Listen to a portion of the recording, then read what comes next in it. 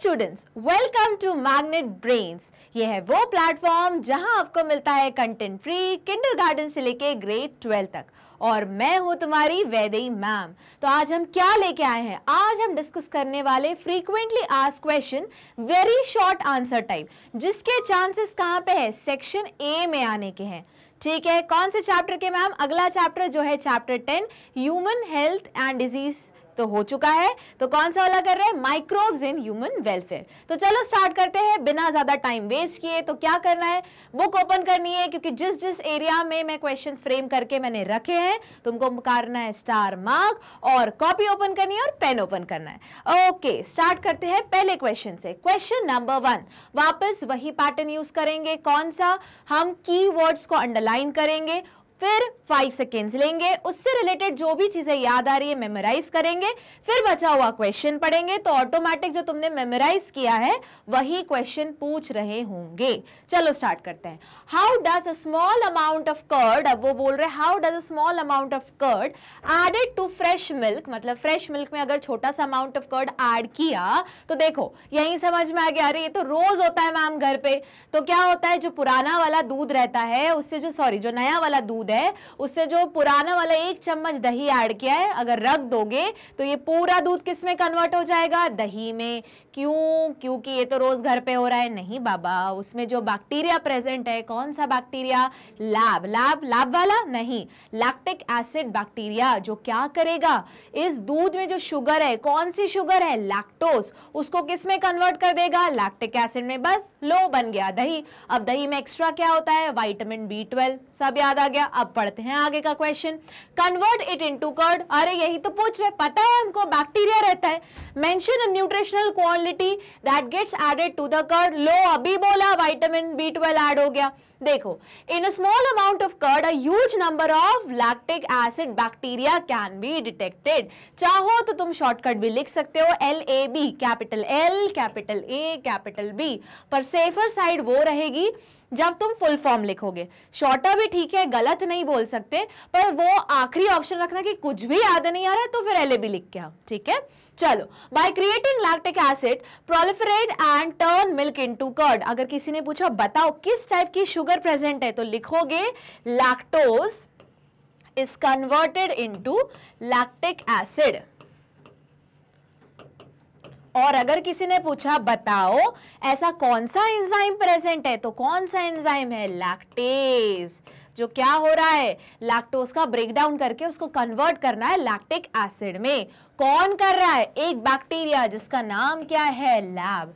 आई कहानी समझ में? और एक्स्ट्रा क्या ऐड हुआ है उसमें? Vitamin B12। ठीक है, सही है। चलो एक बार फटाफट स्क्रीनशॉट ले लो, अगले क्वेश्चन पे मूव करते हैं। क्वेश्चन नंबर 2 क्या बोल रहा है? देखो, name the type of association. अब वो बोल रहा है टाइप ऑफ एसोसिएशन बताओ किसके साथ। अब अच्छा मत पढ़ो क्वेश्चन, याद करो एसोसिएशन तुमने अलग अलग टाइप के क्या पढ़े थे इस चैप्टर में स्पेसिफिकली। अब बोलोगे मैम सिम्बायोटिक ही हमने मेजर पढ़ा था, कहीं कहीं पैरासिटिक एसोसिएशन आ जाता है, और बाकी पैरासाइट में एंडोपैरासाइट, एक्सोपैरासाइट, बिल्कुल सही है। तो एक टाइप का रिलेशनशिप ही होता हुआ। पर बताओ हमें फायदा वाला या फायदे टाइप का कौन सा रिलेशनशिप होता है जिसमें दोनों को म्यूचुअल फायदा रहता है? Symbiotic relationship. याद आ गया? चलो आगे पढ़ते हैं। That a genus Glomus exhibit with higher plant. अब बोलोगे मैम ये तो पढ़ा ही नहीं है हमने। बहुत अच्छी बात है, पर देखो इसमें क्लू कैसे है क्वेश्चन सॉल्व करने का। तुमको पता है राइजोबियम और हायर प्लांट के बीच में भी सिम्बायोटिक रिलेशनशिप होता है। अब तुमको ये वाला पार्ट तो पता है, पर ये वाला पार्ट के बारे में पक्का नहीं हो, कंफर्म नहीं हो। बोलोगे मैम हमने तो पहली बार सुना है। अब हम तो बोल लेते हैं आउट ऑफ कोर्स है। नहीं बोल सकते आउट ऑफ कोर्स है, क्योंकि उन्होंने एक क्लू दिया है। कौन सा क्लू? Higher plants. तो याद रखना, अगर तुमको कुछ भी नहीं समझ में आ रहा है एग्जाम में और ऐसा लग रहा है कि ये पहली बार टर्म सुन रहे हैं या नहीं याद आ रहा, तो देख उसमें आधा आंसर लिखा रहता है। क्या लिखा है? Higher plants. और बट ऑब्वियस हायर प्लांट्स और किसी बैक्टीरिया या हायर प्लांट्स और किसी फंजाई के बीच में रिलेशनशिप रहता है। ठीक है, किस टाइप का रिलेशन? क्योंकि उन्होंने सिर्फ नेम ही देने को बोला है, एक्सप्लेन करने के लिए तो बोला नहीं। तो यहां पे तुम थोड़ा रिस्क उठा के, अगर कुछ भी नहीं याद आ रहा, खाली छोड़ने से अच्छा कुछ तो लिख के आओ। तो सबसे बढ़िया तरीका है उस क्वेश्चन को अटेम्प्ट करने का, क्योंकि बहुत बार तुमको इस टाइप के क्वेश्चन मिलेंगे। पढ़ा होगा बुक में किसी एक जगह छोटा सा लिखा रहेगा, पर तुमने ध्यान नहीं दिया होगा और तुमको लगा ये तो पहली बार पूछा है, आउट ऑफ कोर्स है। तो इस टाइप के चीज में क्या करोगे, अगर तुमको हायर प्लांट्स देख के कुछ याद आ रहा है कि तुमने हायर प्लांट्स में किसी दूसरे जीनस के साथ तुमने सिम्बायोटिक रिलेशनशिप पढ़ा था, तो वही चीज यहां अप्लाई करके आंसर में क्या लिख के आओगे, सिम्बायोटिक रिलेशनशिप। तो देखो, the genus Glomus exhibit symbiotic association या रिलेशनशिप विथ हायर प्लांट। अब बोलोगे मैम ये कैसे चांसेस है, इसलिए इनके चांसेस है क्योंकि इस चैप्टर में तुम लोगों ने सिम्बायोटिक रिलेशनशिप भी पढ़ा है। अब बहुत बार इस टाइप से पेपर देते हैं तुमको कंफ्यूज करने के लिए, या फिर तुमने कोई स्पीशीज के नाम से उसको जाना होगा, बुक में पढ़ा होगा, उसको उठा के जीनस दे देंगे या पूरा इन डिटेल नाम रख के दे देंगे, फिर भी उसमें थोड़ा बहुत क्लू तो मिल जाएगा। पर इस केस में एकदम अलग ही क्वेश्चन जा रहा है, फिर बोलोगे मैम हम कैसे अटेम्प्ट करें। तो एक तो रिलेशनशिप फिक्स है जो फायदे दिलाता है, वो है सिम्बायोटिक रिलेशनशिप। और प्लांट में, हायर प्लांट में जनरली जितने भी तुम्हारे माइक्रो ऑर्गेनिजम्स रहेंगे जो या तो मोनेरन, प्रोटिस्टन या फंजाई के साथ रहेंगे, सारे के सारे मेजॉरिटी किस रिलेशनशिप में एंटर करेंगे, सिम्बायोटिक रिलेशनशिप। तो ये तुम्हारा एक हिंट हुआ कि अगर कुछ भी नहीं याद आ रहा है और खाली छोड़ने से बेटर है अपन को कुछ लिख के आना है, तो अगर सिम्बायोटिक एसोसिएशन या रिलेशनशिप लिख के आओगे तो 90% चांस है कि वो क्वेश्चन सही होगा। मूव करें अगले क्वेश्चन पे, चलो तो मूव करते हैं। हाँ, अब एक और चीज है यहाँ पे कि अगर बुक में उन्होंने अलग स्पेसिफिक हर एक जीनस का रिलेशनशिप मेंशन किया है तो तुमको उसी पे स्टिक करना पड़ेगा, पर ये तब लागू होगा जब कोई जीनस तुम पहली बार सुन रहे हो और उसका आधा वाला पोर्शन जैसे हायर प्लांट तुमने पहले पढ़ रखा है। उस केस में तुम थोड़ा सा रिस्क उठा के क्या लिख सकते हो, सिम्बायोटिक एसोसिएशन, और उसमें चांसेस ये है, प्रोबेबिलिटी ये है कि तुम्हारा 90% सही ही जाएगा। मूव करें अगले क्वेश्चन पे। Question number 3, why is secondary treatment, वापस कीवर्ड्स अंडरलाइन करेंगे, secondary treatment of water in sewage treatment plant called biological treatment. अब तुमको याद है मैंने बताया था तुमको 3 टाइप के ट्रीटमेंट स्टेप्स होती है, प्राइमरी, सेकेंडरी, टर्शियरी। ठीक है, प्राइमरी वाले को क्या बोलते हैं, फिजिकल, सेकेंडरी वाले को क्या बोलते हैं, बायोलॉजिकल, टर्शियरी वाला जो केमिकल रहता है। तुम्हारी बुक में 2 ही दिए, प्राइमरी एंड सेकेंडरी। चलो बताओ, सेकेंडरी को हम क्या बोल रहे हैं, बायोलॉजिकल ट्रीटमेंट। तो बायोलॉजिकल क्यों बोल रहे हैं, मतलब पक्का माइक्रो ऑर्गेनिजम्स का यूज हो रहा है। अच्छा बताओ कितने type of micro organisms use होते हैं, 2। कौन से, पहले होगा एरोबिक बैक्टीरिया, फिर होगा एनारोबिक बैक्टीरिया। तो बोलो एरोबिक बैक्टीरिया के लिए क्या चाहिए होता है, ऑक्सीजन। ऑक्सीजन के लिए क्या चाहिए, एयर। तो एयर पहले से है नहीं सीवेज में, है ना, जो घर से हम गंदा पानी वानी निकालते हैं, नहाने का पानी, दूसरा वाला जो छोटे वाले रूम है तुम्हारे घर पे जो सबसे ज्यादा, वहां से जो सब निकलता है जो सीवेज में इकट्ठा होता है, उसमें ऑक्सीजन तो है नहीं। तो तुमको क्या करना पड़ेगा, जबरदस्ती ऑक्सीजन को इनकॉर्पोरेट करना पड़ेगा। तो वो किससे होगा, एयर पंप से होगा। याद करो, एयर टैंकर रहते हैं जिसमें एयर को जबरदस्ती अंदर इंसर्ट किया जाता है, फिर क्या उसके ऊपर उगाया जाता है, एरोबिक बैक्टीरिया। वो क्या करता है, अपना कमाल धमाल दिखाता है। उसके बाद क्या होता है, जो बेसिकली क्या करता है, बीओडी के लेवल को कम कर लेता है। अब उसके बाद कौन इंट्रोड्यूस कराया जाता है, एनारोबिक बैक्टीरिया, जो क्या करेगा, कुछ नहीं, जितना भी बच गया उसमें किसको सारा यूज करके बायोगैस में कन्वर्ट कर देगा। याद आ गया। अब देखो इसमें से पूछा क्या है, उन्होंने बताया कि पूछा है कि बताओ सेकेंडरी ट्रीटमेंट को बायोलॉजिकल ट्रीटमेंट क्यों बोलते हैं। अरे बैक्टीरिया यूज कर रहे हैं बाबा, बैक्टीरिया मतलब क्या, माइक्रो ऑर्गेनिज्म, माइक्रो ऑर्गेनिज्म मतलब क्या, लिविंग थिंग, बायोलॉजिकल थिंग। बस देखो answer, organic waste from sewage water are digested by particular bacteria in this treatment in the presence of water, micro organism. बस, तो कौन इन्वॉल्व है, माइक्रो ऑर्गेनिज्म। अब अगर तुमको और डिटेल डालना है तो तुम लिख सकते हो कि aerobic bacteria and anaerobic bacteria, क्योंकि दोनों होते हैं, दोनों का वर्क है।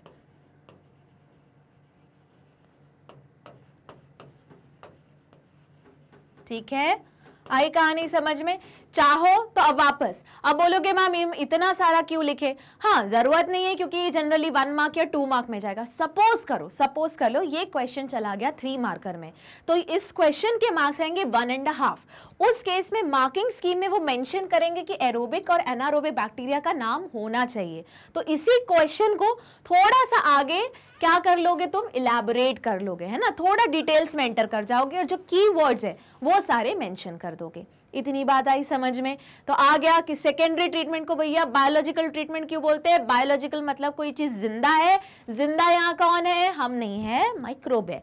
ठीक है, कैसे माइक्रोब है? एरोबिक बैक्टीरिया और दूसरा एनारोबिक बैक्टीरिया। क्या करते हैं? इन दोनों को इंट्रोड्यूस कर देते हैं किसमें? सीवेज ट्रीटमेंट प्लांट में। वापस सीवेज में मेजर चीज क्या होती है? वही जो तुम्हारे घर के सबसे छोटे रूम से निकलता है, फीसेस, पट्टी, है ना। अब सोचो सिर्फ एक जन की नहीं, पूरे म्युनिसिपल कॉर्पोरेशन, पूरी सोसाइटी की, पूरी शहर की, क्योंकि हर शहर का अपना अपना सीवेज ट्रीटमेंट प्लांट होता है। अब उसमें जो पट्टी निकली है वो क्या है? बेसिकली ऑर्गेनिक वेस्ट, क्योंकि हम ऑर्गेनिक है, हमने जो खाया वही निकाला, हमने ऑर्गेनिक चीजें खाई। हाँ, इनऑर्गेनिक भी खा ली, केमिकल वाली भी खा ली, पर प्रोसेस हो के एलिमेंट्री कैनाल से पूरा बाहर क्या निकला? Organic waste. अब ऑर्गेनिक को कौन तोड़ेगा? एक ऑर्गेनिक वाला ही, जिसका नाम क्या है? Aerobic and anaerobic bacteria. हुआ क्लियर? मूव करें अगले क्वेश्चन पे। चलो, question number 4, state one reason for adding. अब उनको चाहिए कि एक रीजन बताओ for adding blue green algae to the agriculture soil. अब देखो, अब ब्लू ग्रीन एल्गे मतलब दूसरा नाम क्या हुआ? साइनोबैक्टीरिया। ठीक है, अब यहाँ पे एक ट्रिक है। अब बोलोगे मैम ये भी भूल गए यार एग्जाम में, हम क्या करेंगे? कुछ नहीं करोगे बाबा, सॉइल बोला है ना, तो सॉइल में कोई भी बैक्टीरिया को क्यों ऐड कर रहे हो? जल्दी से बताओ। पहला, या तो न्यूट्रिशन की कमी हो गई होगी इसलिए वो ऐड कर रहे हैं। ठीक है, दूसरा, हो सकता है वो प्लांट क्या एटमॉस्फेरिक नाइट्रोजन को फिक्स नहीं कर पा रहे होंगे इसलिए उनको ऐड कर रहे होंगे। तो मतलब इन दोनों में से ही कुछ एक आंसर होना चाहिए। चलो आंसर देखते हैं। और या उसी का दूसरा तरीका पूछने का, mention 2 advantages of adding blue green algae to paddy field. अब उन्होंने स्पेसिफिक कर लिया कि बताओ ब्लू ग्रीन एल्गे को पैडी फील्ड में क्यों ऐड करते हैं। तो इस तरीके से भी पूछा जा सकता है, ऊपर वाले तरीके से भी पूछा जा सकता है। Blue green algae are added to agriculture soil because they add organic matter to the soil and increases fertility. अब बोलोगे मैम आपने तो बोला कि जो न्यूट्रिएंट इंक्रीज करता है, तो न्यूट्रिएंट इंक्रीज, न्यूट्रिएंट की वैल्यू इंक्रीज कर रहा है, मतलब बेसिकली फर्टिलिटी ही तो इंक्रीज कर रहा है। याद करो, सॉइल में 2 टाइप के न्यूट्रिशन होते हैं, माइक्रो न्यूट्रिएंट, मैक्रो न्यूट्रिएंट। अगर दोनों की कमी हो जाती है या दोनों में से किसी एक, सपोज नाइट्रोजन की कमी हो गई, NPK, CA, MgS, ये सब 11th में पढ़ा हुआ है, याद आया? तो अगर इनकी कमी हो जाती तो जब गार्डनर भैया रहते हैं हमारे घर पे, वो क्या बोलते हैं? अरे लगता है पौधा मर रहा है, एक काम करो अब यूरिया की गोलियां डाल दो, यूरिया की गोलियां या फिर NPK की गोलियां डाल दो जिसमें नाइट्रोजन हो, फास्फोरस हो और पोटेशियम हो। तो अपन गोलियां डाल देते हैं, मतलब क्या हुआ? न्यूट्रिएंट्स की कमी तो हो गई, एलिमेंट्स की कमी हो गई। तो अगर तुमने इसी चीज को फर्टिलिटी ना बोल के बोल दिया दे इंक्रीज और एनहांस न्यूट्रिएंट, तो भी सही है। ठीक है, अगर तुमने बोल दिया कि ऑर्गेनिक मैटर की जगह पे कि वो एटमॉस्फेरिक नाइट्रोजन को कन्वर्ट कर रहा है, अब मुझे बताओ जो चीज एटमॉस्फेयर के नाइट्रोजन में मिल रही है वो किस फॉर्म में है? इनऑर्गेनिक फॉर्म में। हमेशा प्लांट नाइट्रोजन को किस फॉर्म में कंज्यूम कर रहा है? नाइट्रेट्स, नाइट्राइट्स के फॉर्म में, और ये दोनों क्या है? Organic matter. आई बात समझ में? तो तुम ये तरीका भी लिख सकते हो और जो हमने पहले डिस्कस किया वो भी लिख सकते हो, दोनों करेक्ट है। ठीक है, मूव करें अगले क्वेश्चन पे। चलो मूव करते हैं क्वेश्चन नंबर 5 पे। An antibiotic called wonder drug was used to treat the wounded soldier of American during World War 2। Name the drug and the scientist who discovered it. तो wonder drug, अब देखो, अब बोलोगे ma'am नहीं याद आ रहा, क्या करें? और एकदम बढ़िया तरीका इसको याद करने का। अच्छा ये बताओ, जब भी तुमको चोट लग जाती, तुम खेल रहे हो, है ना, हो सकता है अपने गली क्रिकेट खेल रहे होगे या स्कूल में कोई क्रिकेट खेल रहे होगे या फुटबॉल, वॉलीबॉल, कुछ भी खेल रहे हो, खेलते खेलते लग गई, तुम गिर गई, या एक्सीडेंट हो गया और कोई लग गई और गिर गया तो खून निकलने लगता है। फिर सबसे पहले किस चीज का इंजेक्शन देता है डॉक्टर? टेटनस का। ठीक है, टेटनस में बताओ क्या, टेटनस कौन से केमिकल का बना रहता है? कुछ और नहीं बाबा, जो इन्होंने डिस्कवर किया था, एक्सीडेंटल डिस्कवरी, पेनिसिलिन। ठीक है, याद करो मैंने बताया था बहुत सारे लोगों को पेनिसिलिन का या टेटनस का क्या रहती है? एलर्जी। देखो कुछ पुराने चैप्टर में पढ़ा था एलर्जी, याद आया? तो जब भी कहीं वूंड लगता है, कट लगता है, तो किसका इंजेक्शन हमको मिलता है? टेटनस का। तो टेटनस में क्या है? पेनिसिलियम, मतलब पेनिसिलिन जो निकला है पेनिसिलियम नोटेटम से। बहुत बढ़िया। अब देखो उसको याद कैसे करोगे? वर्ल्ड वॉर हो रहा है, मतलब युद्ध हो रहा है, विश्व युद्ध 2। तो विश्व युद्ध में क्या होगा? कट ही लगेगा ना, कट्स लगेंगे, घाव होंगे। तो बताओ जब घाव हो रहे, कट्स लग रहे, एक्सीडेंट हो रहा है, कोई वॉर में किसी को गोली लग रही है, बम से उड़ रहा है, तो क्या हुआ? घाव हुआ। घाव हुआ मतलब वापस क्या चाहिए? टेटनस। टेटनस मतलब क्या चाहिए? पेनिसिलिन। पेनिसिलिन की डिस्कवरी किसने की थी? इन्होंने, जिनका नाम क्या है? Alexander Fleming. और कहां से एक्सट्रैक्ट किया था? पेनिसिलियम नोटेटम से। सब याद आ गया? वही तो लिखना है। देखो, अलेक्जेंडर फ्लेमिंग इन्वेंटेड पेनिसिलिन। अब मुझे बताओ ये डिस्कवरी कैसी थी? Accidental discovery. तो समझो, ये जो भी मैं कुछ बोल रही हूं ये सारा क्वेश्चन के फॉर्म में आ सकता है। पार्ट 1 तो तुमने देख लिया। अब बोलोगे मैम ये इस टाइप का एग्जाम में आएगा? हाँ, एग्जाम में आएगा, केस स्टडी में जाएगा ये क्वेश्चन। वो क्या करेंगे? बहुत बड़ा सा पैरा दे देंगे, सब कुछ इम्यूनिटी के बारे में बातें करते हुए, ठीक है, फिर वर्ल्ड वॉर के बारे में बातें करते हुए, ये सब कुछ, और आखिरी में वो 2 चैप्टर के क्वेश्चंस को मर्ज करके एक क्वेश्चन केस स्टडी का तैयार करेंगे, जिसमें कुछ क्वेश्चंस रहेंगे इस पे, पेनिसिलियम नोटेटम पे या फ्लेमिंग पे या पेनिसिलिन पे, और कुछ क्वेश्चंस रहेंगे तुम्हारे इम्यूनिटी से रिलेटेड। ठीक है, तो क्या कर सकते हैं? 2 टॉपिक को एक साथ मर्ज किया जा सकता है, और वही जनरली केस स्टडी में होता है। ठीक है, तो देखो इसको किस फॉर्म में पूछा जा सकता है? जैसे ये दिया है वंडर ड्रग। दूसरा वो बोल सकते हैं जब एक्सीडेंट हुआ तो बताओ कि टेटनस लगता है, इट कंटेन वन एंटीबायोटिक। ठीक है, अब वो एंटीबायोटिक की डिस्कवरी बताओ किसने की थी? तो वापस आंसर वही है, अलेक्जेंडर फ्लेमिंग। वो एंटीबायोटिक का नाम बताओ क्या है? पेनिसिलिन। वो पूछेंगे बताओ सोर्स क्या है, the organism from where it is extracted. क्या लिखोगे? Penicillium notatum. आएगा नहीं समझ में? चलो मूव करते हैं अगले क्वेश्चन पे, क्वेश्चन नंबर 6। तो क्या बोल रहा है question number 6? Mention the role of cyanobacteria as bio fertiliser. देखो थोड़ी देर पहले पढ़ा था अपन ने, उन्होंने पूछा था बताओ साइनोबैक्टीरिया क्या कंट्रीब्यूट करता है पैडी फील्ड में, या फार्मर क्यों ऐड करते हैं साइनोबैक्टीरिया। वहां साइनोबैक्टीरिया नहीं लिखा था, वहां लिखा था ब्लू ग्रीन एल्गे। मतलब याद रखना, साइनोबैक्टीरिया के नाम से भी क्वेश्चन आएगा, ब्लू ग्रीन एल्गे के नाम से भी क्वेश्चन आएगा। और उसी के पहले पार्ट में पूछा था बताओ ब्लू ग्रीन एल्गे को एग्रीकल्चर सॉइल में क्यों ऐड करते हैं। तो आंसर तो सेम है दोनों क्वेश्चन का, तो जल्दी बताओ बिना देखे वहां क्या वर्ड्स बोले थे? Increase fertility and increase organic matter. Answer देखें, role of cyanobacteria as bio fertiliser. Cyanobacteria fix, देखो ये मैंने भी बोला था, atmospheric nitrogen and increase the organic matter of the soil through their photosynthetic activity. तो तुम चाहो तो तुम्हें 3 पॉइंट्स मिल गए। कौन कौन से मैम? पहला इंक्रीज फर्टिलिटी, दूसरा इंक्रीज ऑर्गेनिक मैटर, तीसरा अब ऑर्गेनिक मैटर कहां से है मैं तुमको बताया था, जो एटमॉस्फेयर की नाइट्रोजन है वो क्या है? N2 है। N2 है कि नहीं? N2 है। ये कैसी है? इनऑर्गेनिक गैस है। ठीक है, इसको किस में कन्वर्ट करना है? उस फॉर्म में कन्वर्ट करना है जिस फॉर्म में प्लांट्स क्या कर सके? उसे एब्जॉर्ब कर सके। प्लांट्स क्या करेंगे? ऑर्गेनिक चीज को एब्जॉर्ब करेंगे। तो नाइट्रोजन किस में कन्वर्ट हो जाता है? नाइट्रेट्स में या फिर नाइट्राइट्स में। ठीक है, तो ये काम कौन करने वाला है? साइनोबैक्टीरिया भाई साहब करेंगे प्लांट्स के लिए। आई कहानी समझ में? चलो मूव करें अगले क्वेश्चन पे, question number 7। You have observe that fruit juice in bottle brought from the market is clear as compared to those made at home. Give a reason. अब but obvious है। अब बोलोगे मैम ये तो हमको पता है, घर पे बना हुआ जूस एकदम ताज़ा ताज़ा होता है, उसमें पानी नहीं ऐड करते। सिर्फ मम्मी क्या करती है, जूस रखती है, प्रेस कर देती है और जो निकल आता है वही हमको दिया जाता है, जिसमें बहुत सारे रेशे भी होते हैं, अनफिल्टर्ड रहता है, तो उसको हमने जूस बोल दिया। पर जो मार्केट में मिलता है तो वो उसमें वो क्या बोलते हैं, गड़बड़ वाला रहता है। जूस इतना सा रहता है और पानी इतना सा रहता है। भैया दूध नहीं पूछ रहा कोई कि बताओ अमूल से या नॉट अमूल, कोई भी बड़ी कंपनी का दूध कहाँ से आ रहा है। ठीक है, ये दूध नहीं जूस का पूछ रहे, तो उसमें कुछ टेक्निकल पूछ रहे हैं, क्योंकि कोई केमिकल के बारे में पूछा जा रहा है या कोई एंजाइम के बारे में पूछा जा रहा है।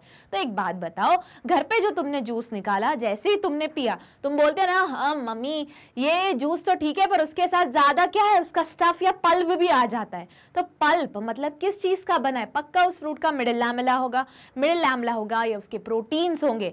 तो जो मार्केट में जूस आ रहा है, तो मार्केट का जूस चल ही क्यों रहा है? क्योंकि तुम्हारा ये एक्सप्रेशन बन गया था, हाँ ये इतना पल्प थोड़ी ना जूस पीने की चीज होती है मम्मी, खाने की चीज थोड़ी ना होती है। तो यही लगा बाकी सारे कंपनीज वालों के, हाँ सही बात है, जूस पीने की चीज होती है। तो एक काम करते हैं, जो ये पल्प क्रिएट कर रहा है इस जूस में, जो घर पे निकाला गया है, ये पल्प को ही हटा देते हैं। मतलब इसके अंदर जो प्रोटीन्स है इनको हम क्या करते हैं, कैंसल आउट कर देते हैं। तो कैंसल आउट करना है मतलब हटाना है, तो क्या यूज करना पड़ेगा, एंजाइम्स यूज करने पड़ेंगे। कौन से एंजाइम, अरे जिस चीज को हटाना है उसके एंजाइम्स यूज करो।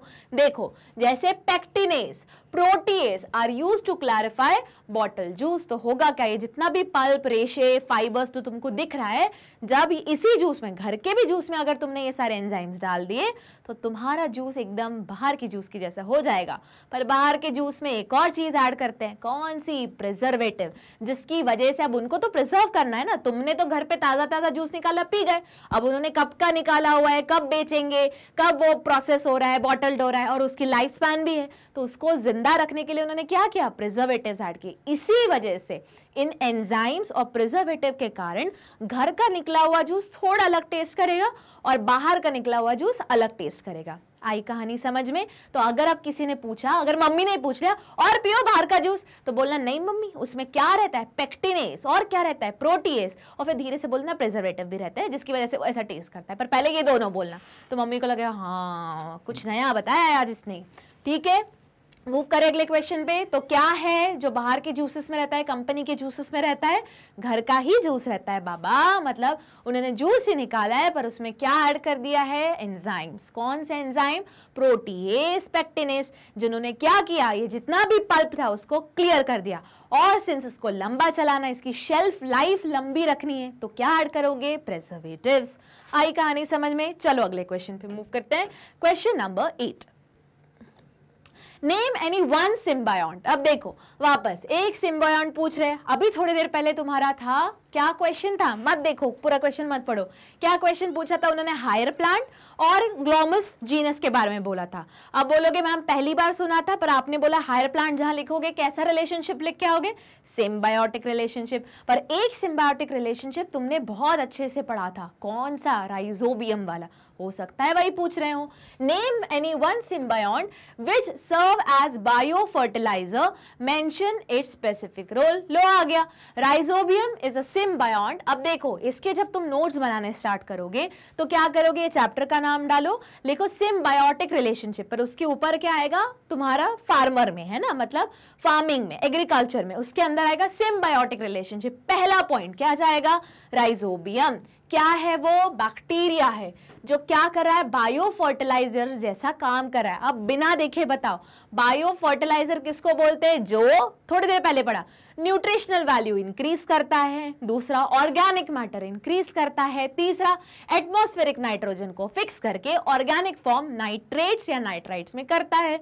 और अभी थोड़ी देर पहले, अब तुमने अभी के अभी 3 पढ़ लिए, राइजोबियम जो बुक में लिखा है, तो इसके पहले जो 2 तरीके से पूछा गया था जिसका नाम क्या है, ब्लू ग्रीन एल्गे और साइनोबैक्टीरिया, दोनों एक ही हैं, अलग अलग मत लिखना। तो राइजोबियम, साइनोबैक्टीरिया, ये ब्लू ग्रीन एल्गे, और तीसरा ग्लोमस। तो ये तीनों के तीनों क्या है, बायो फर्टिलाइजर। अब देखो, the bacteria fix the atmospheric nitrogen into organic form which is used by the plant as a nutrient. याद रहेगा, इजी है ना एकदम। अब जल्दी से बताओ बिना देखे 3 बायो फर्टिलाइजर के नाम, बिना कहीं देखे, नोट्स में मत देखो।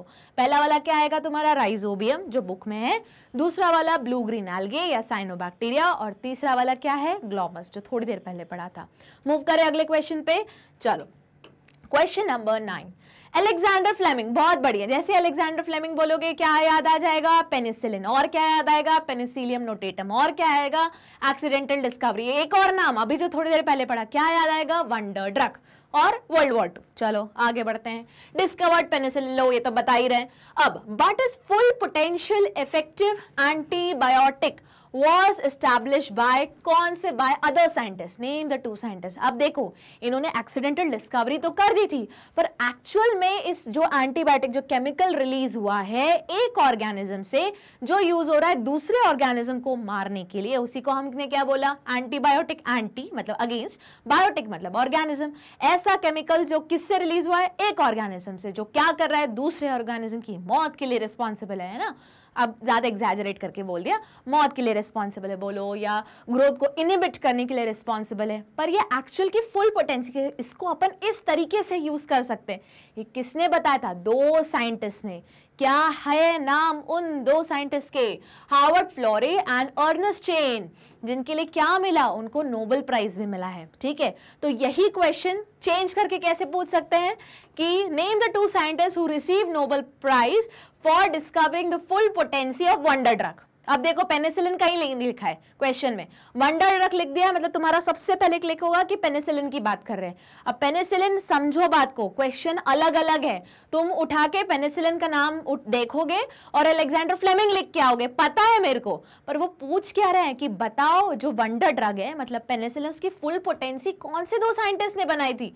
तो ये तो भैया याद करना पड़ेगा। जल्दी बताओ कौन? Howard Florey and Ernest Chain, जिसके लिए क्या मिला था उनको? मेडिसिन में नोबेल प्राइज। स्क्रीनशॉट ले लो, ये जनरली मिस कर जाते हैं और 1-2 मार्क यही तुम्हारे लूज हो जाएंगे। ले लिए स्क्रीनशॉट, मूव करें अगले क्वेश्चन पे। चलो अगला क्वेश्चन क्या बोल रहा है देखते हैं। विच of the following is a free living bacteria that can fix nitrogen in the soil? वापस वही कहानी, बेसिकली नाइट्रोजन फिक्सिंग बैक्टीरिया बोल रहे हैं, पर यहाँ पे उन्होंने क्या बोला है? 3 ऑप्शन दिए, चलो देखते हैं।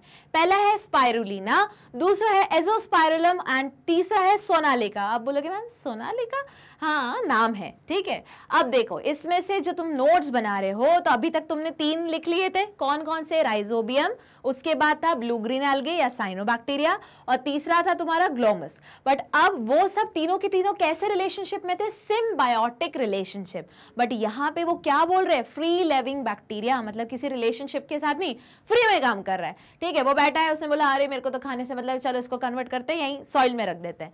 तो ये कैसा है? फ्री लिविंग बैक्टीरिया है। अब इसका उसी वहीं जहां तुम की टर्म्स या नोट्स बनाते चल रहे हो, साइड में लिखो free living nitrogen fixing bacteria, और उसके अंदर पहला क्या लिखोगे?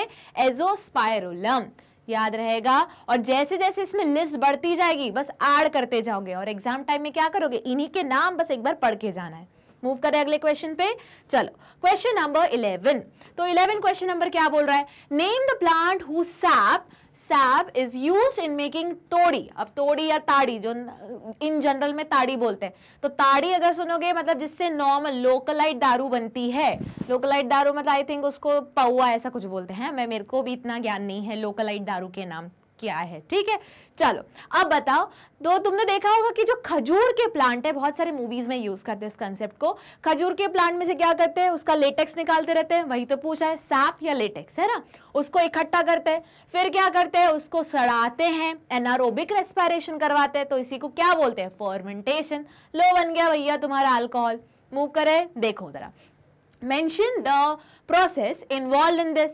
The sap of palm tree, वही palm tree is using, अच्छा मैंने तुम्हें खजूर वाला बोला था, तो शायद मैं लोकलाइट वाला जो खजूर से निकलता है उसको कुछ और बोलते हैं। अब मुझे इतना नॉलेज नहीं है, लोकलाइट दारू उसके नाम है ना, अब है पता ही नहीं तो वही बोलूंगी, नहीं पता बाबा। देखो अब देखो, the sap of the palm tree is used in making तोड़ी and the process is called fermentation। तो इतना तो पता है कि जिससे भी क्या बने, तुम्हारी लोकल ड्रिंक या तोड़ी बने या वोडका बने, अब थोड़ा अंग्रेजी वाले पे नाम भी आ जाते, किसी भी टाइप का अल्कोहलिक ब्रेवरेज बने, ठीक है, वो भले वोडका हो, फेनी हो, उसके बाद तुम्हारा विस्की हो, या फिर तुम्हारा क्या हो, तोड़ी हो, सारा का सारा किस प्रोसेस से बन रहा है? एनारोबिक रेस्पिरेशन, जिसको हम क्या बोलते हैं? फर्मेंटेशन। इतना तो पता है। अब ये याद कर लेना कि तोड़ी किसका यूज करके बनाया जाता है? सैप पाम ट्री का। ठीक है, चलो मूव करें अगले क्वेश्चन पे। तो question number 12। Okay, which of the following is a cyanobacterium? अरे बाबा रे, फिर से आ गया। Of the following is cyanobacterium that can fix atmospheric nitrogen। अब वो साइनोबैक्टीरिया एक बहुत बड़ा ग्रुप है, ब्लू ग्रीन एल्गे या साइनोबैक्टीरिया, उसके अंदर का स्पेसिफिक बैक्टीरिया पूछ रहे हैं, तो अब ये अपन को याद करना है। जल्दी बताओ, साइनोबैक्टीरिया ब्लू ग्रीन एल्गे किस टाइप में था? Symbiotic relationship. और थोड़ी देर पहले तुमने फ्री लिविंग बैक्टीरिया पढ़ा था, क्या? जो ही पहला ऑप्शन है क्या? एजोस्पाइरुलम, याद आया। और अब इसके अंडर क्या आएगा? ऑसिलेटोरिया। ठीक है, मूव करें अगले क्वेश्चन पे। ये तो याद करना है, तो जहां तुम नोट्स बना रहे हो ना फ्री लिविंग में, तो अभी क्या चल रहा है तुम्हारा एजोस्पाइरोलम, और यहाँ पे ब्लू ग्रीन algae साइनोबैक्टीरिया लिखा ही है, वहीं पे ब्रैकेट में लिख दो ऑसिलेटोरिया। ठीक है, मूव करें अगले क्वेश्चन में। चलो question number 13, what is the medicinal use of cyclosporin A? इसको मार्क कर लो भैया स्टार क्वेश्चन, क्योंकि इनको स्टैटिन, साइक्लोस्पोरिन ए, ये जितने भी केमिकल रिलीज हुए हैं ना अलग अलग कोलेस्ट्रॉल कम करने के लिए, हार्ट मतलब बीपी को कंट्रोल करने के लिए, शुगर को कंट्रोल करने के लिए, जितने भी केमिकल है जो हमने बैक्टीरिया का यूज करके ऑब्टेन किए हैं, सीबीएसई बोर्ड को अलग प्यार है इन क्वेश्चन से। हमेशा कोई ना कोई एक क्वेश्चन उतने केमिकल वाले, मतलब वो एक पेज है तुम्हारी पर्टिकुलर बुक का, वहां से 110% वाला एक क्वेश्चन बनता ही है। पता नहीं उनका ऐसा है कि हमारे जैसे खाने हजमोला के बिना खाना अधूरा है, वैसे ही वो पेज में से किसी एक क्वेश्चन के बिना उनका सीबीएसई पेपर अधूरा है। तो देखो वो पूछ रहे बताओ कि साइक्लोस्पोरिन ए का मेडिसिनल यूज क्या है। तो during organ transplantation cyclosporin A is used as immunosuppressive drug. अब मुझको बताओ, यहाँ पे हम पिछले चैप्टर में इम्यूनिटी में पढ़ चुके हैं, बताओ ऐसी क्या जरूरत आन पड़ी। अब देखो यही क्वेश्चन को वो थोड़ा सा अगर उन्होंने केस स्टडी में दे दिया या सेक्शन बी में दे दिया, इसी को लिंक कर देंगे वो इम्यूनिटी वाले चैप्टर से। क्यों मैम ऐसे क्यों करेंगे? क्योंकि अगर याद होगा तुमने मार्किंग स्कीम वाला जो मैंने डिस्कस किया था एक वीडियो, उसमें अगर याद होगा सबसे ज्यादा मार्क्स तुम्हारे microbes in human welfare and human health and disease वाले को मिला के है। तो जो वो क्वेश्चन है वो चाहे तो साइक्लोस्पोरिन ए से उस वाले चैप्टर पे भी जंप कर सकते हैं। ठीक है, तो देखो उन्होंने अब बताओ ऐसी क्या जरूरत आन पड़ी कि इम्यूनोसप्रेसिव ड्रग्स देने पड़े जब ऑर्गन ट्रांसप्लांट हुआ। तो वापस आते हैं, ऑर्गन ट्रांसप्लांट मतलब क्या? टिश्यूज। टिश्यूज मतलब क्या? सेल। सेल मतलब क्या? Cell membrane. सेल मेम्ब्रेन पे एक्सटेंशन किस चीज का? प्रोटीन्स का। उन्हीं प्रोटीन को क्या बोला हमने? एंटीजन जैसा ट्रीट किया। अगर डोनर वाले के और रेसिपिएंट वाले के यही एंटीजन सेल्स मैच कर रहे हैं तो कोई बात नहीं, पर सपोज करो मैच नहीं कर रहे हैं, अब आ गया वहां से किडनी इस बॉडी में, मतलब एज्यूम करो मेरे को जरूरत नहीं है, ठीक है, या लिवर या हार्ट, अब तो हार्ट भी ट्रांसप्लांट हो रहा है ना, तो आ गया वहां से, एज्यूम करो उस साइड से कोई ऑर्गन इस बॉडी में, अगर उसी ऑर्गन टिश्यूज का बना है, टिश्यू सेल का बना है, सेल मेम्ब्रेन है, सेल मेम्ब्रेन के ऊपर प्रोटीन का स्ट्रक्चर है, एक्सटेंशन है जिसको एंटीजन बोला है, अगर डोनर और रेसिपिएंट का सेम है तो कोई बात नहीं, पर बाय चांस अलग निकला तो जिस बॉडी ने वो ऑर्गन लिया है उस बॉडी का डिफेंस सिस्टम, मतलब WBC, मतलब बेसिकली वो लोग जो इम्यूनिटी के लिए रिस्पॉन्सिबल है, उन्होंने बोला भाई बाहर से कोई आया, अब जो भी आया हमको उससे कुछ मतलब नहीं, जो अब उनको थोड़ी ना पता भैया ये ऑर्गन बहुत जरूरी है, इस इंसान को जरूरी था इसलिए ट्रांसप्लांट हुआ है,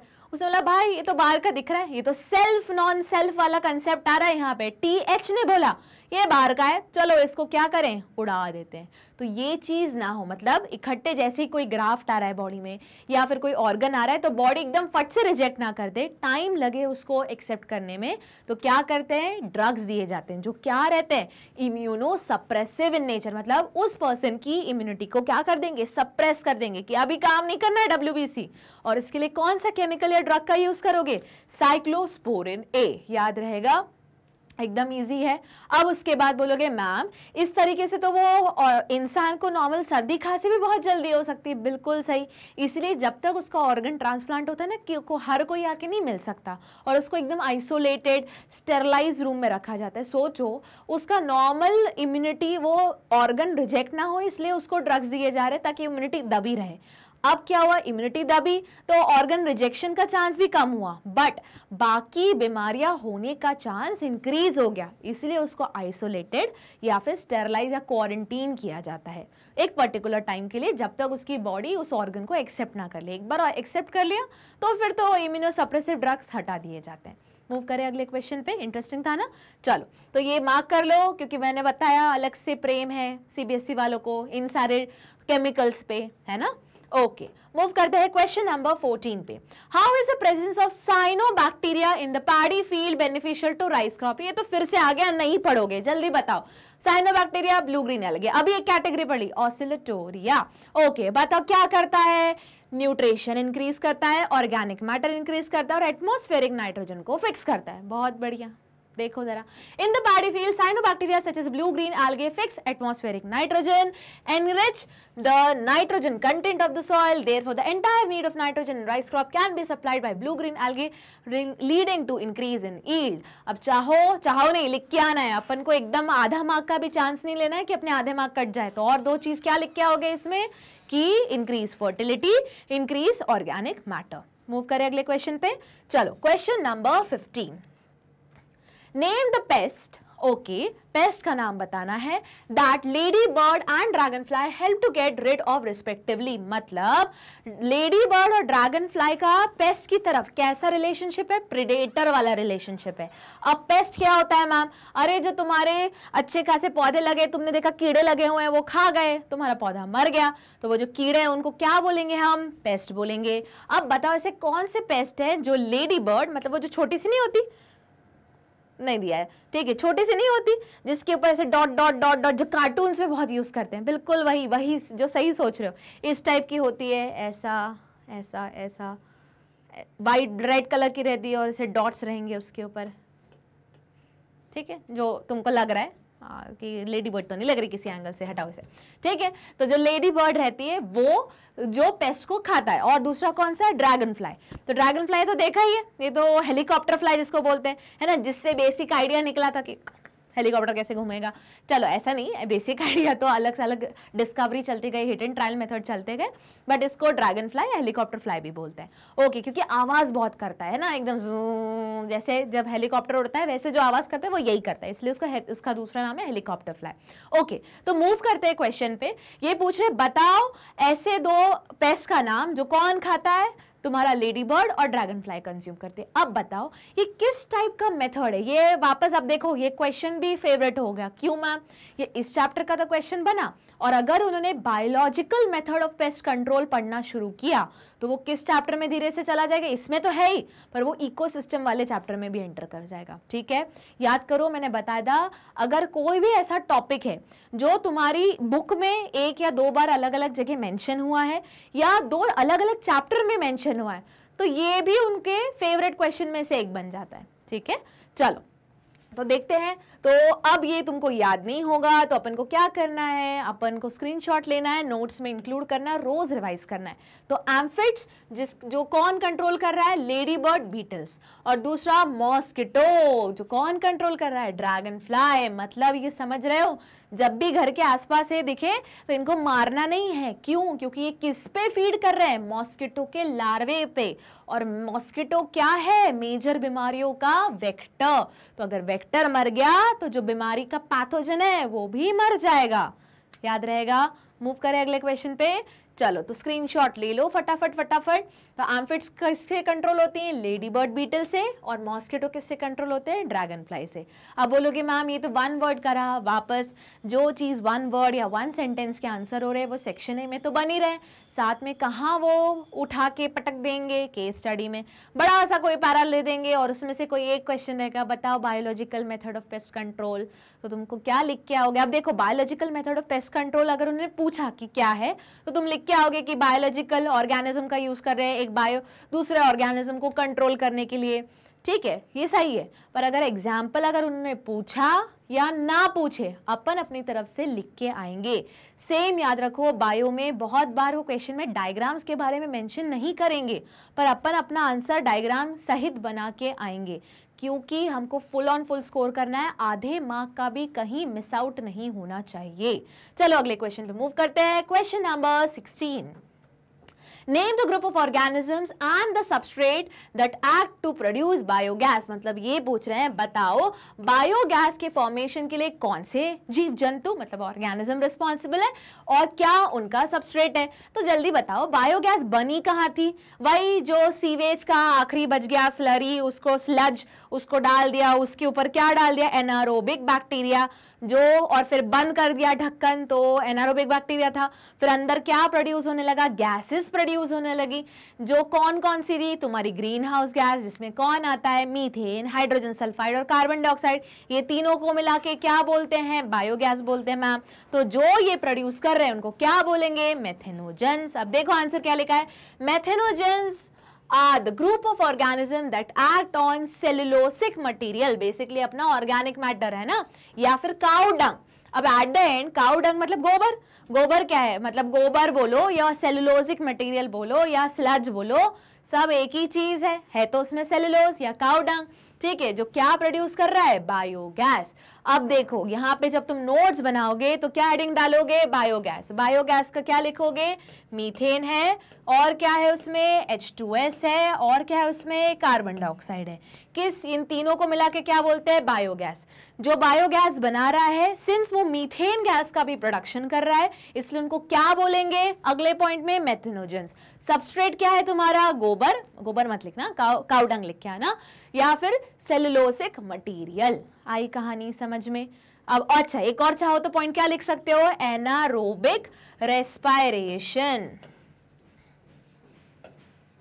ठीक है। चलो जितना भी अंडरलाइन किया है वो है तुम्हारे कीवर्ड इस आंसर को प्रेजेंट करने के लिए।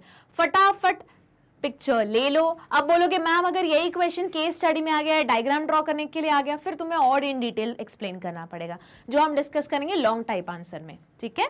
मूव करें अगले क्वेश्चन पे, question number 17। Give an example to prove that microbe release gases during metabolism। वो पूछ रहे हैं बताओ ऐसा कोई एग्जाम्पल बताओ कि हमको ये पता चले कि जो माइक्रोब्स है वो गैस रिलीज कर रहे हैं। अरे गैस का नाम याद आया, H2S मत बोलना है ना, बहुत बदबू मारता है, ये वही है जो केमिस्ट्री लैब से खुशबू या बदबू ऑब्लिक कुछ भी आती रहती है, जिसकी कैसी स्मेल रहती है, रॉटन एग। वापस केमिस्ट्री नहीं पढ़ रहे मैम, बायो पढ़ रहे हैं, बहुत ठीक है, अच्छी बात है। अच्छा ये बताओ जब मम्मा ने डोसा बनाया, इडली बनाया या फिर ब्रेड बनाई या केक बनाया तो फूला किस वजह से, जो बोलते स्पॉन्जीनेस किसकी वजह से, मैम क्योंकि उसके अंदर गैस थी। कौन सी गैस थी जल्दी बताओ, कार्बन डाइऑक्साइड। बहुत बढ़िया। तो वो कार्बन डाइऑक्साइड किसने प्रोड्यूस की, मैम माइक्रोब से जो डो के अंदर प्रेजेंट है, यही तो पूछ रहे हैं। अच्छा दूसरा एग्जाम्पल, हमने जब चीज पढ़ा था, मोर स्पेसिफिकली स्विस चीज, तो उसमें भी ऐसे होल थे बहुत सारे, तो बताओ वहां क्या पढ़ा था, होल का रीजन क्या है, क्योंकि वहां पे कौन सी गैस निकली थी, कार्बन डाइऑक्साइड। याद आया, अब वही लिखना है। देखो bread and puff doughs are suitable example of bacteria releasing gases during metabolism। चाहो तो लिख सको the sponginess या the reason behind sponginess of bread, cake, ठीक है, और तुम्हारा the whole created in cheese is due to the release of which gas, carbon dioxide gas, and thus gas are produced due to microorganism। हो गया clear. Move करें अगले question पे। चलो तो मूव करते हैं क्वेश्चन नंबर 18 पर।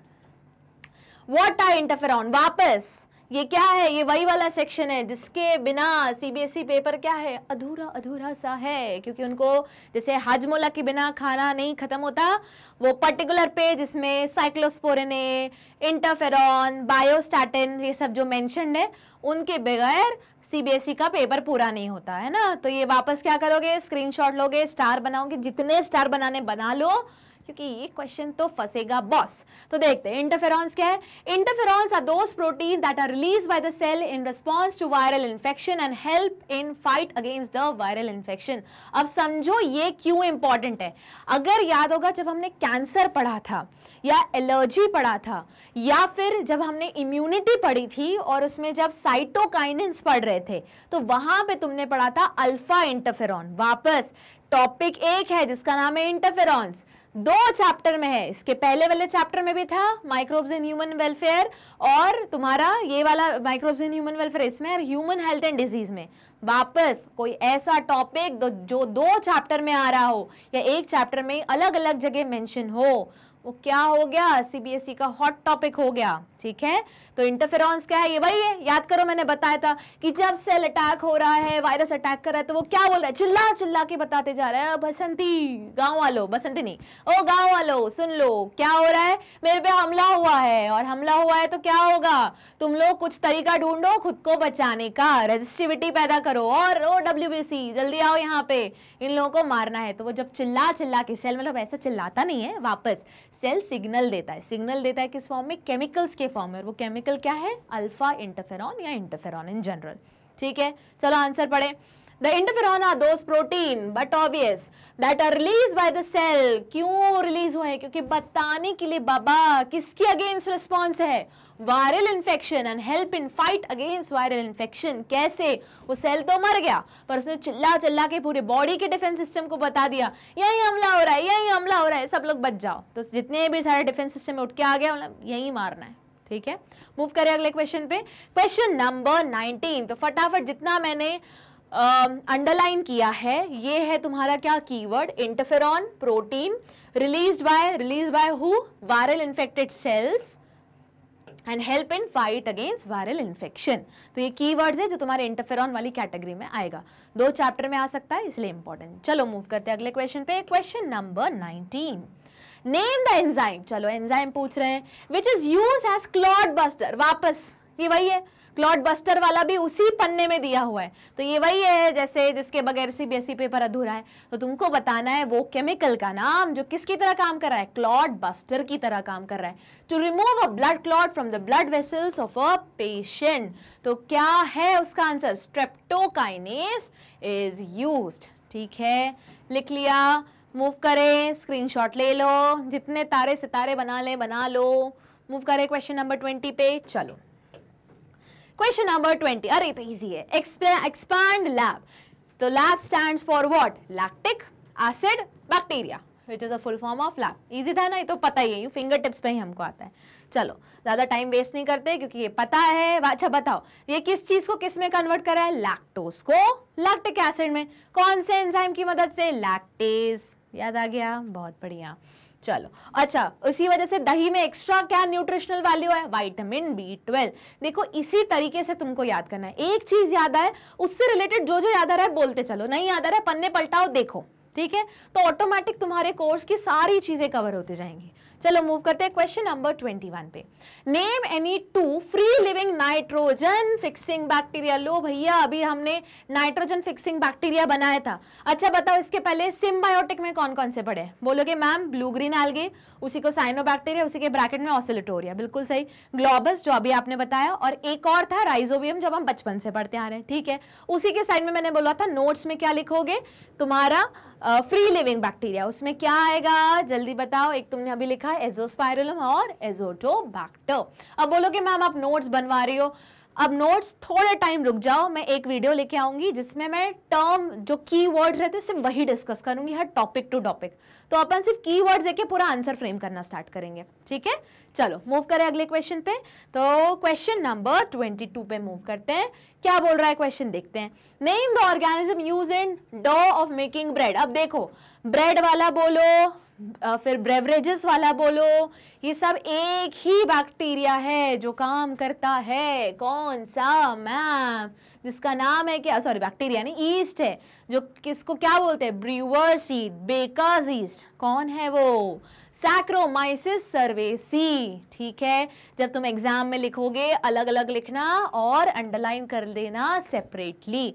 जितने भी याद करो, जितने भी बैक्टीरिया के नाम साइंटिफिक नेम लिखोगे, बायोलॉजिकल बोटानिकल नेम लिखोगे या जूलॉजिकल नेम, कुछ भी लिख रहे हो अलग से सेपरेटली अंडरलाइन कर देना। ठीक है, तो जल्दी से सैक्रोमाइसिस सर्विसी कैसा है, एक ईस्ट है जिसको क्या बोलते हैं, बेकर्स ईस्ट। एक और नाम बताओ, ब्रूअर्स ईस्ट। बहुत बढ़िया, मूव करें अगले क्वेश्चन पे।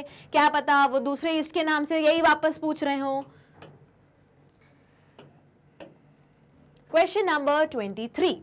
Name the fungus use as a bio control of plant disease. Okay, वो पूछ रहे हैं एक फंगस का नाम बताओ जो प्लांट डिजीज को कंट्रोल करने में हेल्प करता है। अब ये शायद तुमसे मिस आउट हो गया होगा, तो स्टार बना के अपने नोट्स में लिख लो या स्क्रीनशॉट ले लो। क्या है उस फंगस का नाम, वो है ट्राइकोडर्मा।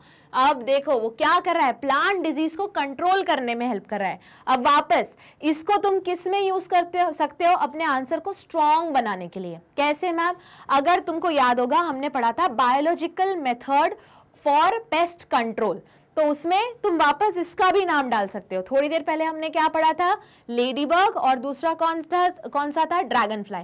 ड्रैगन फ्लाई किसको खाता था, मॉस्किटो को, लेडीबर्ड जो बीटल है वो किसको खाती थी, तुम्हारे एम्फिड्स को। तो क्या है एक तरीके का बायोलॉजिकल पेस्ट कंट्रोल मेथड। उसी में एक और पॉइंट क्या डालोगे, कौन सा फंगस है, ट्राइकोडर्मा, जो क्या कर रहा है, बहुत सारी बीमारियों को कंट्रोल कर रहा है। कौन सी, प्लांट वाली। हो सकता है वो प्लांट वाली जो बीमारियां किसी वायरस, वायरॉइड मोर स्पेसिफिकली, और या फिर किसी बैक्टीरिया के कारण हो रही हो। अब ये आ गया वहां पे, उसने बोला मेरा तो खाना बैक्टीरिया है, मैं तो बैक्टीरिया को ही खाऊंगा, बस प्लांट को मुक्ति मिल गई। किससे, जीवन से नहीं बाबा, उस बैक्टीरिया से। ठीक है, मूव करें अगले क्वेश्चन पे। तो क्वेश्चन नंबर आते हैं 24। नेम एनी टू गैस, वो पूछ रहे बताओ दो gas produce during the secondary treatment of sewage. बहुत बढ़िया, सेकेंडरी ट्रीटमेंट को क्या बोलते हैं, बायोलॉजिकल ट्रीटमेंट। बायोलॉजिकल ट्रीटमेंट क्यों बोलते हैं मैम, क्योंकि वहां दो बैक्टीरिया रहते हैं। कौन कौन से, एरोबिक बैक्टीरिया, एनारोबिक बैक्टीरिया। बहुत बढ़िया। एरोबिक बैक्टीरिया क्या करता है मैम, उस वहां का ऑर्गेनिक मैटर कंज्यूम करता है और जो बीओडी लेवल गिरा हुआ रहता है उसको ऊपर लेके आता है। बहुत बढ़िया, मतलब बेसिकली बीओडी लेवल कम करता है, जो एक्सट्रीम रहता है उसको कम करता है। ठीक है मैम, याद आ गया। मैम बीओडी मतलब क्या, बायोकेमिकल ऑक्सीजन डिमांड। ठीक है मैम। मैम एनारोबिक क्या करता है, अरे जो बच गया, जो स्लज था या काउ डंग का या कुछ भी बोल दो ऑर्गेनिक मैटर, उसके ऊपर क्या करेगा, एनारोबिक रेस्पिरेशन करेगा। बिल्कुल सही। जो तीन गैसेस प्रोड्यूस करेगा, जिसको हम कंबाइन करके बायोगैस भी बोलते हैं। बताओ कौन सी तीन गैसेस है, वापस कार्बन डाइऑक्साइड, मीथेन और हाइड्रोजन सल्फाइड। इन्हीं में से, तीनों में से किसी दो गैसेस का नाम बताना है। देखो, methane, hydrogen sulphide and carbon dioxide. याद आ गया, क्लियर है। मूव करें अगले क्वेश्चन पे। चलो question number 25। Give the scientific name. ठीक है भैया, साइंटिफिक नेम पूछ रहे हैं, of the source organism from which the first antibiotic was produce. अरे फर्स्ट एंटीबायोटिक मत देखो आंसर, किसने प्रोड्यूस किया था, एक्सीडेंटल डिस्कवरी थी। किसने निकाला था, अलेक्जेंडर फ्लेमिंग। क्या उन्होंने डिस्कवर किया था कि एक केमिकल रिलीज हो रहा है और वो क्या कर रहा है, दूसरे केमिकल को मार रहा है। तो वो केमिकल का नाम क्या है, एंटीबायोटिक। उसको क्या बोलते हैं, पेनिसिलियम, सॉरी पेनिसिलिन। किससे ऑब्टेन हुआ था, पेनिसिलियम नोटेटम से। अच्छा, इसी को और क्या बोलते हैं, पेनिसिलिन को वंडर ड्रग। मैम कहाँ यूज हुआ था, वर्ल्ड वॉर 2 में मैम। बहुत बढ़िया। अच्छा बताओ, इसको फुल पोटेंसी पे दो साइंटिस्ट का नाम बताओ जिन्होंने जिसकी वजह से उनको नोबेल प्राइज मिला था। जल्दी बताओ क्या था, हाउरे एंड अर्नेस्ट चेन। याद आ गया, हावर्ड फ्रोरे। ठीक है, याद आ गया, नहीं याद आ रहा, देखो थोड़ी देर पहले, थोड़ी देर नहीं, बहुत क्वेश्चन पहले हमने डिस्कस किया था।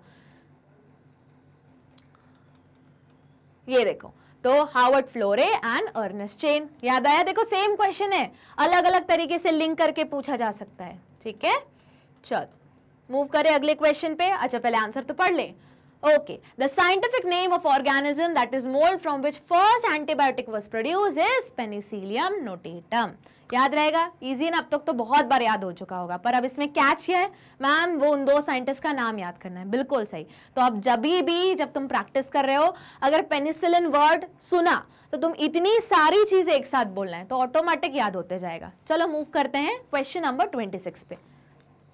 अब देखो क्वेश्चन नंबर 26 क्या बोल रहा है, which of the following is baker's yeast. अरे भैया, अभी थोड़ी देर पहले हमने ब्रूअर्स ईस्ट, बेकर्स ईस्ट है ना, फिर डो केक बनाने के लिए केक ईस्ट का नाम सामने आता है, कौन सा, सैक्रोमाइसिस सर्वेसी। अब आगे पढ़ भी लेते हैं, हमने बोल तो दिया, यूज्ड इन फर्मेंटेशन। अब तीन ऑप्शन दे के रखे, पता ही है सैक्रोमाइसिस सर्वेसी, वही लिखा है।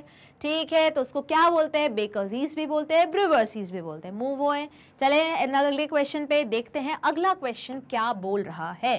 Question number 27, right the scientific name of the microbes used for fermenting malted serial and fruit juices. Fermentation मतलब क्या, सड़ाना, मतलब क्या, एनारोबिक रेस्पिरेशन मतलब क्या मैम, अरे तुम अल्कोहल बना रहे हो, तो अल्कोहल मतलब ब्रूअरी कर रहे हो, तो जल्दी बताओ ब्रूअर ईस्ट का नाम क्या है, सैक्रोमाइसिस सर्वेसी। वापस गोल घूम के वही चीज आ गई। तो saccharomyces cerevisiae, also commonly known as brewer's yeast, is the microbe used for fermenting malted cereals and fruit juices. Move करें अगले क्वेश्चन पे. इजी था ना. देखो एक ही आंसर है, तरीका अलग अलग है पूछने का. ठीक है. क्वेश्चन नंबर 28 क्या बोल रहा है? Mention the information that the health worker derive by measuring BOD of water body. अब वो पूछ रहे हैं बेसिकली बताओ बीओडी से समझते क्या हो. तो थोड़ी देर पहले मैंने डिस्कस किया था बीओडी का फुल फॉर्म क्या है? Biochemical oxygen demand. मतलब अगर कोई एक वाटर सैंपल है, उसमें अगर कुछ ऑर्गेनिक मैटर पड़ा हुआ है, उस ऑर्गेनिक मैटर को डिस्ट्रॉय करना है, डाइजेस्ट करना है, तो क्या चाहिए तुमको? एक बैक्टीरिया. ठीक है मैम, समझ में आ गया. पर बैक्टीरिया को जब इसको ऑक्सीडाइज करना है, तोड़ने के लिए, देखो ऑक्सीडाइज होता है तब ये फर्दर ब्रेकडाउन होता है. ठीक है. तो ऑक्सीडाइज करना है तो क्या चाहिए? ऑक्सीजन. ठीक है मैम. अब बताओ, जितना ज्यादा ऑर्गेनिक मैटर रहेगा उतना ही ज्यादा ऑक्सीजन लगेगा. ये भी ठीक है मैम.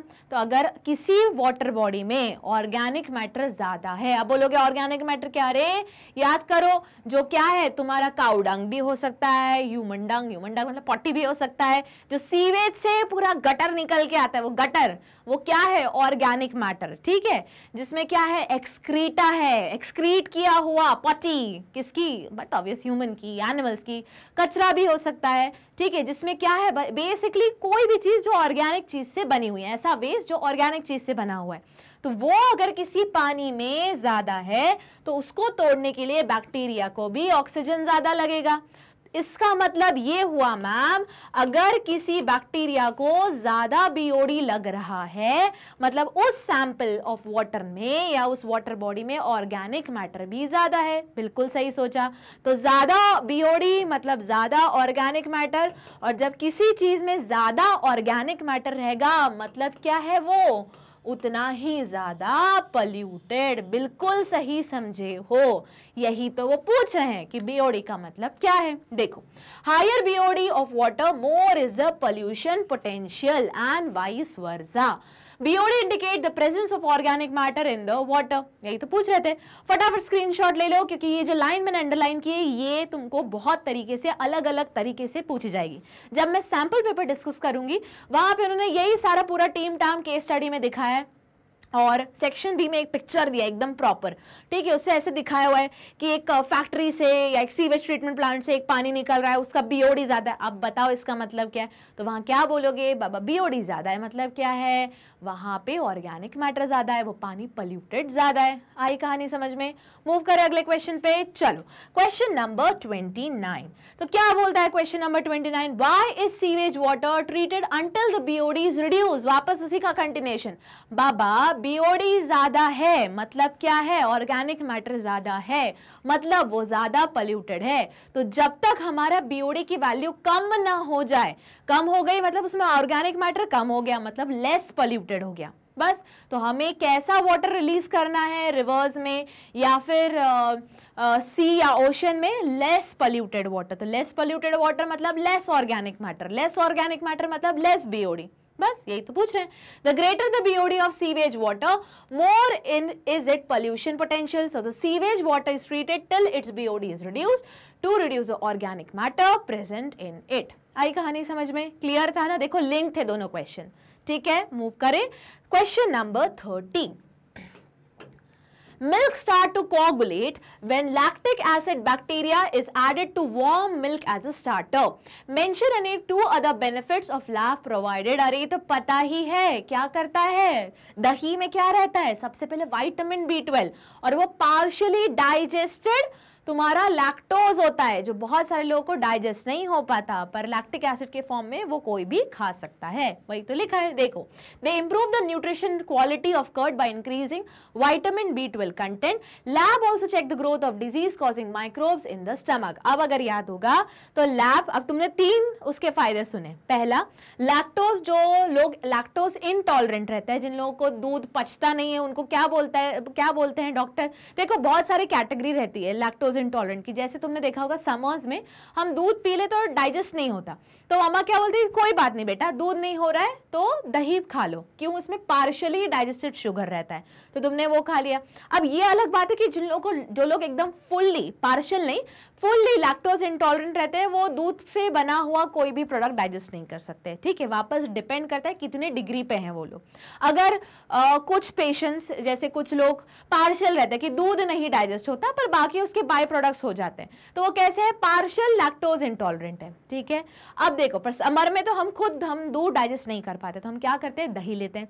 दही क्योंकि उसमें आधा लैक्टोज डाइजेस्टेड रहता है। दूसरी चीज, उसमें क्या रहता है, विटामिन B12 रहता है। और लैब कैसा है, एक प्रोबायोटिक है। प्रोबायोटिक याद करो, ऐड आता है याकूट लो, तो बेसिकली क्या है, वो सारे माइक्रोब्स है जो क्या है, गुड बैक्टीरिया, जो किसके लिए गुड है, हमारे पेट के लिए, इंटेस्टाइन के लिए, ठीक है। तो वही लिखा है, वो क्या करते हैं, चेक करते हैं growth of disease causing microbes in stomach, मतलब स्टमक में अगर कोई दूसरा माइक्रोब ग्रो हो रहा है तो ये क्या करेंगे, लैब उन पे चेक लगाएंगे कि नहीं, तुमको ग्रो नहीं होने देंगे, हम हेल्दी रखेंगे इस ह्यूमन को, ठीक है, बाय किलिंग देम। आई बात समझ में? मूव करें अगले क्वेश्चन पे, question number 31। BOD of two sample of water A and B। अब देखो वही BOD से रिलेटेड क्वेश्चन, क्या बोल रहे हैं, वाटर A का कितना BOD है, 120 mg पर लीटर, वाटर B का कितना है, 400 mg पर लीटर।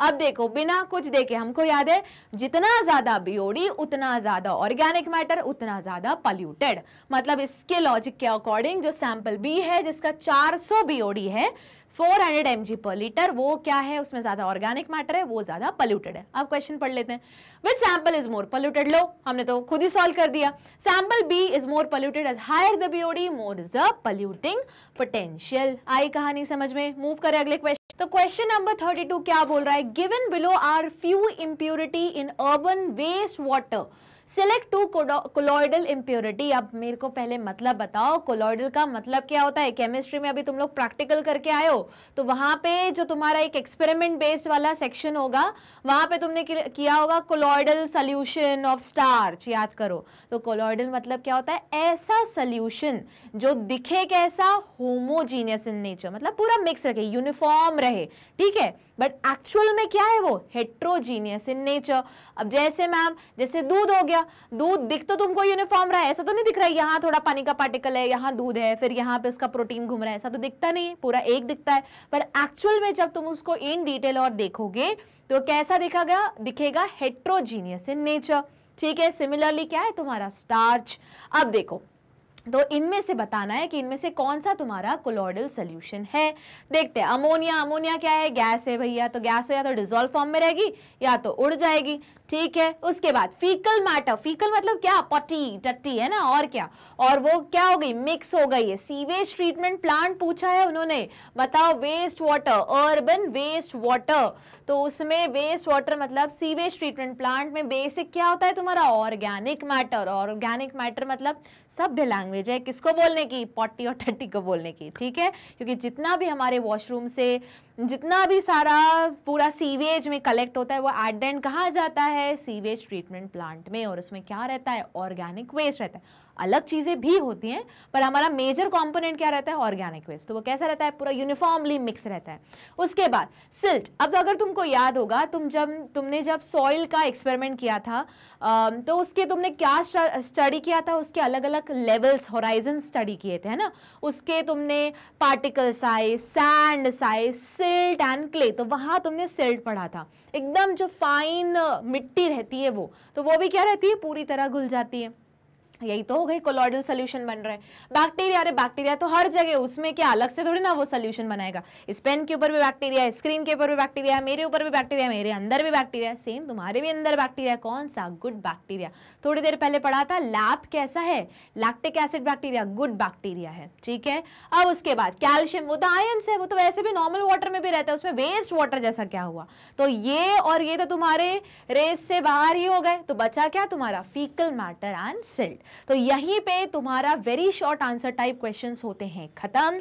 तो अब क्या करेंगे मैम, कुछ नहीं करेंगे, क्या करेंगे, वेबसाइट पे जाएंगे, नोट्स बनाएंगे, एनसीईआरटी में अंडरलाइन करेंगे, याद करेंगे, जो भी कुछ रह गया है वेबसाइट पे जाओ, अपनी क्लास सिलेक्ट करो, जो भी एजुकेटर के बारे में तुम्हारा एजुकेटर जो भी मिस आउट हो गया है लेक्चर्स उनको सुनेंगे, क्लिक करेंगे वॉच नाउ, सुनना शुरू करेंगे, टॉपिक वाइज सेक्शन वाइज सारे क्वेश्चंस उसके अंदर अपलोडेड हैं, बस सुनेंगे, कंप्लीट करेंगे और क्या, और चैनल को लाइक शेयर एंड सब्सक्राइब करेंगे क्योंकि मिलना है अगली क्लास में मेरे साथ ही। हम डिस्कस करेंगे वहां पे शॉर्ट आंसर टाइप क्वेश्चन इसी चैप्टर के, तो बने रहना है मेरे साथ और मैग्नेट ब्रेन्स के साथ। तो तब तक टेक केयर, गुड बाय नहीं बोलूंगी, क्यों? क्योंकि पढ़ाई तो अभी बहुत बाकी है बॉस। तो मिलते हैं अगली क्लास में, तब तक स्टडी हार्ड।